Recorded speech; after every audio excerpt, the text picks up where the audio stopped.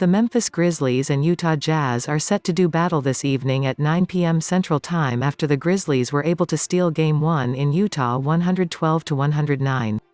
Game 2 will undoubtedly look much different than the series opener for multiple reasons, but there are a few attractive angles for those looking to place bets on the game. The Utah Jazz swept the regular season series, winning all 3 matchups with Memphis. The Jazz's strengths all season long have been in their defense and three-point shooting. Utah led the league in three-point field goals, converting on 38.9% from beyond the arc.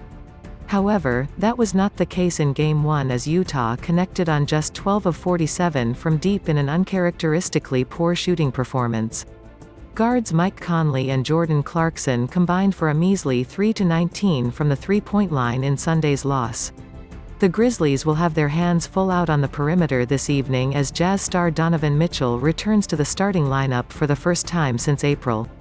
Mitchell's ability to get to the rim is reason enough for Memphis to pack it in the paint, but if the Grizzlies concentrate their defensive efforts into stopping penetration from Mitchell, there will be plenty of opportunities for Utah's supporting cast. Mike Conley over 16.6 PTSConley is poised to benefit most from Mitchell's return. With the Grizzlies' defensive attention shifting to Mitchell, Conley should be able to find more open looks on the perimeter in Game 2.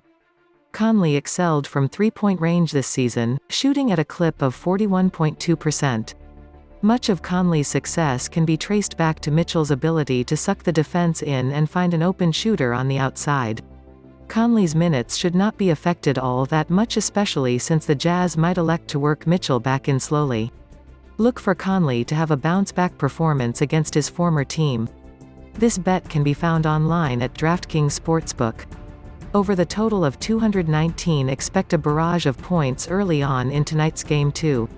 The Jazz will be feeding off the raucous crowd in Utah, who will undoubtedly be amped for the return of Mitchell.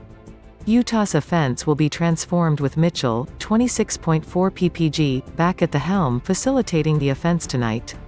While the Jazz should get the scoring started tonight, now is not the time to sleep on Memphis' offense.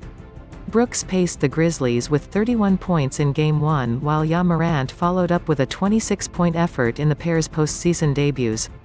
Even behind such strong offensive outputs, the Grizzlies managed just 7-20 from 3 in the win. Memphis is by no means a team that relies upon the three, but 20 attempts is substantially less than their regular season average of 31 attempts per game. The Grizzlies were also unable to get Jaren Jackson Jr. going in Game 1.